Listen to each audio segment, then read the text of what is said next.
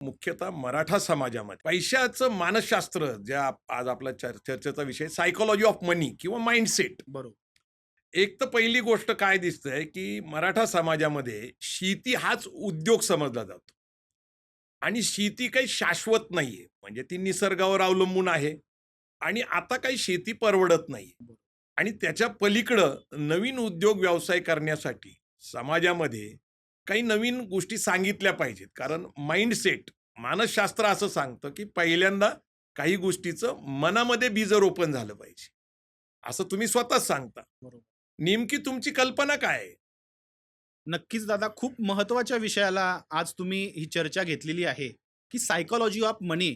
पण तुम्ही जे वाक्य वापरलं, की आधी मनात निर्माण व्हावं लागतं. आपण म्हणतो, की कोणतीही गोष्ट 2 वेळा निर्माण होते.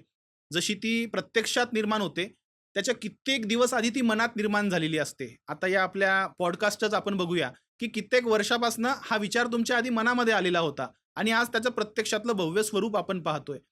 म्हणजे मनामध्ये येतो. मग मनामध्ये येतो म्हणजे नेमकं काय? आपण त्याच्यावरती विचार करतो. मग विचार करतो म्हणजे कोण विचार करतं? तर मॉडर्न सायन्सच्या नुसार आपण केलं तर ब्रेन किंवा माइंड आपण त्याला म्हणू, हा विचार करतो. किंवा आपण आपल्या संस्कृतीमध्ये सांगितलं तर मन नावाची एक गोष्ट सांगितलेली आहे, की चिंतन, विचार, मनन आणि त्याच्यावरती नियंत्रण कोणत्याही कृतीवरती तर कोण ठेवतं? तर ते मन ठेवतं.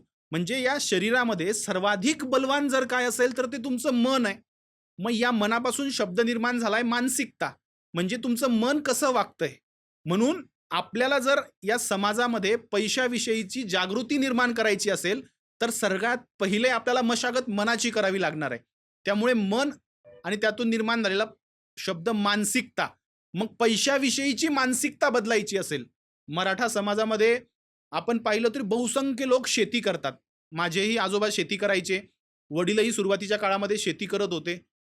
आता एक फरक दादा फक्त तुम्हाला मानसिकतेचा सांगतो, की आमच्या गावामध्ये होणारी शेती आणि वडिलांच्या नोकरीच्या गावाला होणारी शेती, म्हणजे 10 एकर आमच्या गावामध्ये असणारा शेतकरी आणि वडिलांच्या नोकरीच्या किन्ही गावामध्ये 1 एकरचा शेतकरी, प्रचंड फरक होता. कारण पारंपरिक उद्योग आमच्या गावामध्ये आम्ही कपाशी, मका हे घेत होतो. तर वडिलांच्या त्या छोट्याशा खेडेगावातल्या नोकरीच्या गावामध्ये अद्रकचं उत्पादन त्या काळामध्ये होत होतं, केळीचं उत्पादन होत होतं.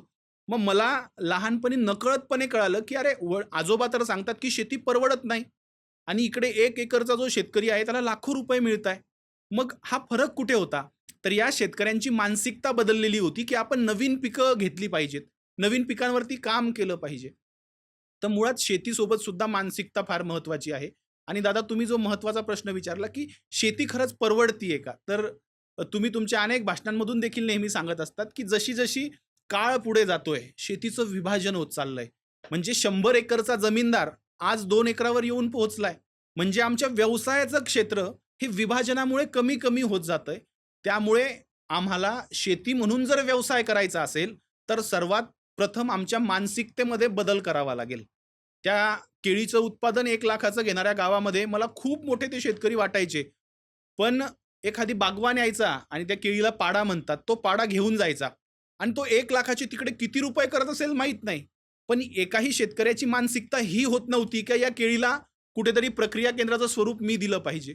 म्हणजे मुळात पुन्हा एकदा मानसिकता आली.